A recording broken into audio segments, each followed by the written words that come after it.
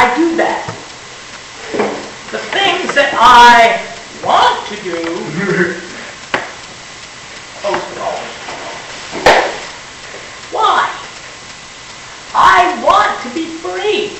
I want to do the good things like you. I want to do what my Father in heaven wants. You want to do perfect life? Sometimes people say, Christian life is boring. I don't want that. No, they pray, they're so pious. I don't want that. I want to have fun. Is sin really the only fun in this world? No, it's not. Clearly, we see good life is not from the things that we hate. People,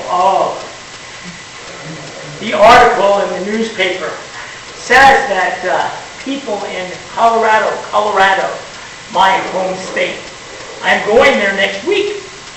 People who are going to Colorado now, the visitors, are having much more trouble than the Colorado people themselves. They come to visit and they get the marijuana and they smoke it and they go to the hospitals, and many of the visitors have died. Where the people from Colorado know, that is not good for us. Yeah, well, and cars, not only in cars. Really, yeah. Yeah. And our state, Nebraska, has arrested many people with so much marijuana in their trucks and cars. Yeah. But it's foolish. They say those things are good for us. It's more fun in life for that. And I say, and many of the young people, you're not young now. I'm sorry. Young were, now you're getting old. Even these guys are old now. I mean, woo! And we are really old. But the young people think that going out and getting drunk every weekend, you know better. Yeah. And we know, that's not for us. Getting drunk, having fun, that is not fun for the long time. For the long time, it's not going to be fun to get drunk every weekend. Gambling. So many people are losing their houses, losing their families because of slot machines, because of dice, because of betting. Their money is gone. But those are fun. Christian people, they don't like that. And people, this world is full of sick and dying people from sexual disease. AIDS. Not deaf people, AIDS. No. AIDS! Yeah. They are dying from that. The sickness from having adultery. Having wrong, sinful sex. That's fun. No, it's not. I see a young, now I'm going to call you young. Young people come to our church. You've been married for, I know, it's about 40 years. Right? Not yet. 38. Almost. 38. We've been married 41. I knew that you would catch it. 38 years. And I see the young, deaf people with truly a happy and wonderful life. I see others. Right now, there's not any other married people here. My son was going to come to church this morning. Danny, he's from Oklahoma. His new wife was going to be here, so I could use their names in my sermon. But I would tell them, as young people, I would tell them, a happy life is to be faithful to your wife. A happy life is to be faithful to your husband. That is true happiness. Oh, people say, oh, no, I'm going to go out, have adultery, have fun. Christian people, oh, they're old-fashioned. Their rules have a sad life. Not true. You're happy, I see it. Yeah. And my wife, well, a little bit happy. Here we go. We have God's rules, and truly to enjoy life, we don't need to break God's rules. The Jewish people, Elijah in the Bible study this morning, or Ezekiel in our Old Testament lesson, they were told, warn the people, stop sinning, stop. If you stop, God will not destroy you. Sinning and suffering, they are the same. Sinning and suffering, the people of Israel long ago were taken out of that country where God had led them for a pleasurable, happy life. They were taken out to suffer because of sin.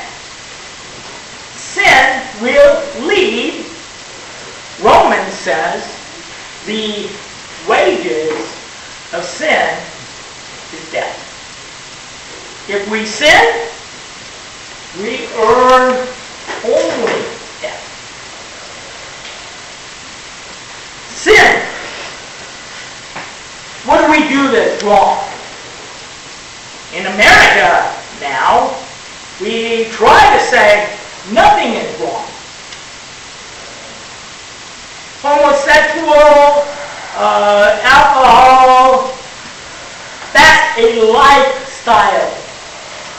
You can't judge me. That's not sin.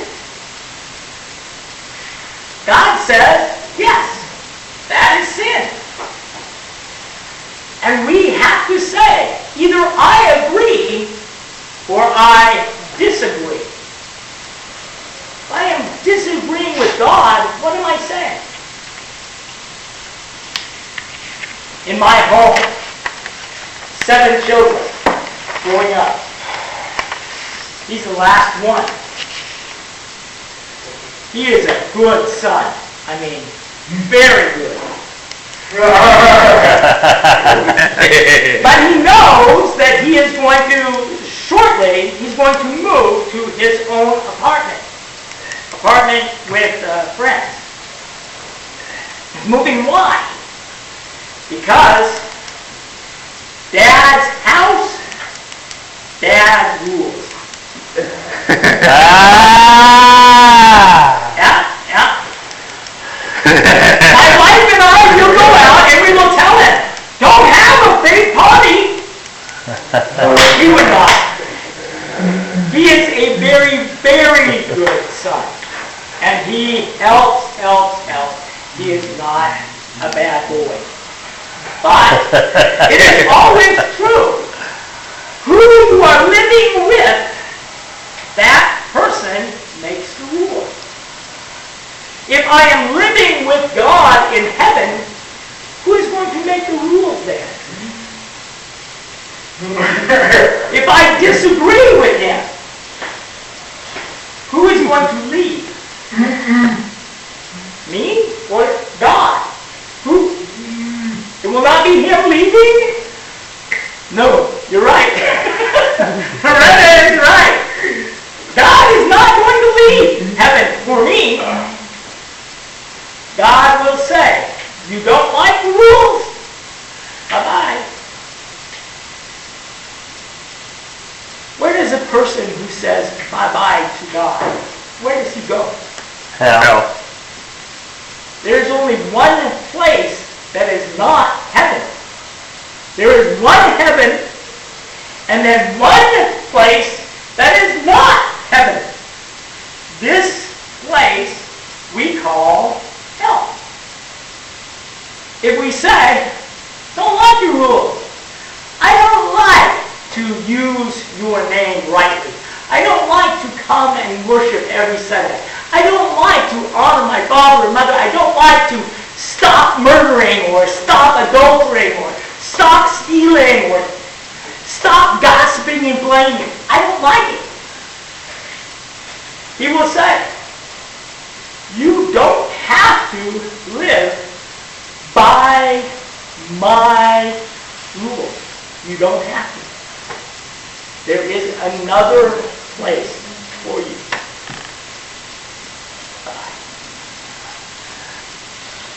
Lent, this season, with the black robe and the purple cloth. Why?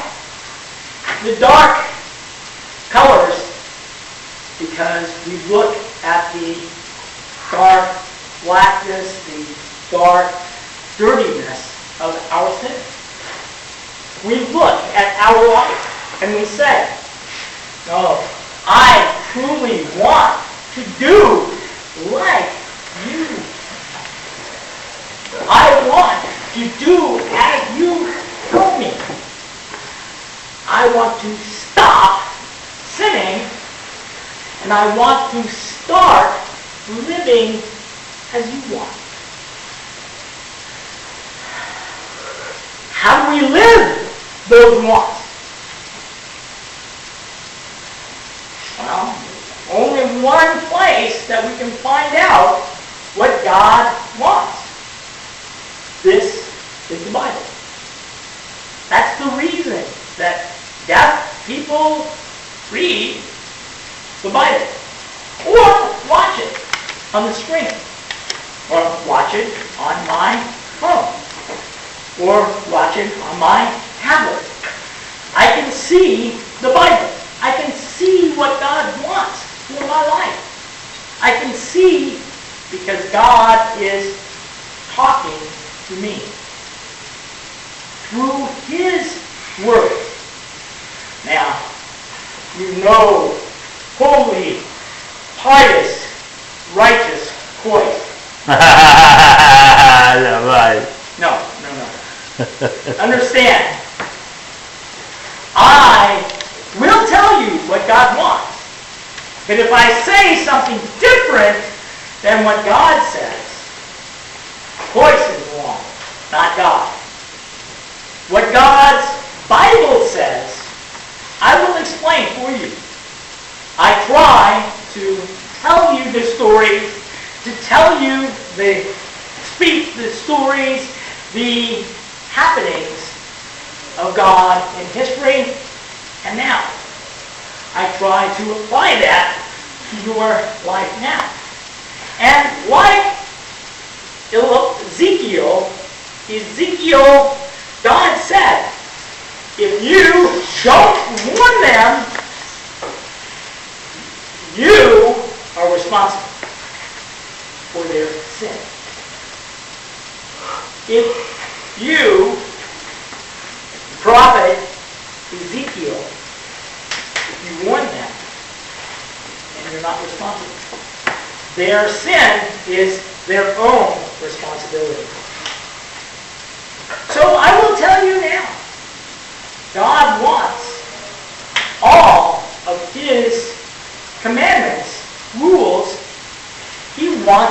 to obey them. He wants us to agree with him. If I can't do all that he wants, where am I going?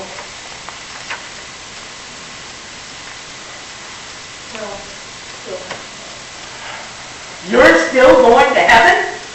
Jesus already, Don't do it all? Jesus already paid for that for us.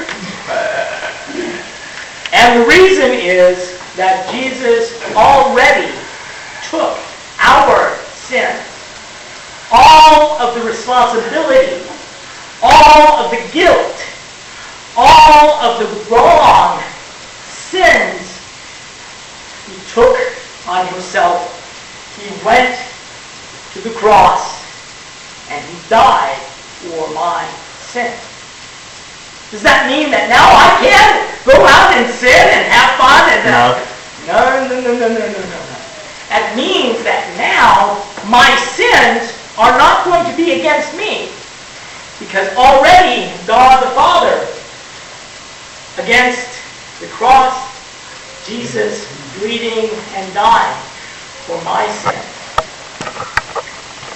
I can have freedom. I want to live for you now. The very most best that I can do is to give my life to you. I give my life to you, and I go and draw more people. Yes, people, draw them to the church, most importantly, to your kingdom, heaven. Drawing people to know you and love you is the most important thing that I can do during Lent, but also all of my life.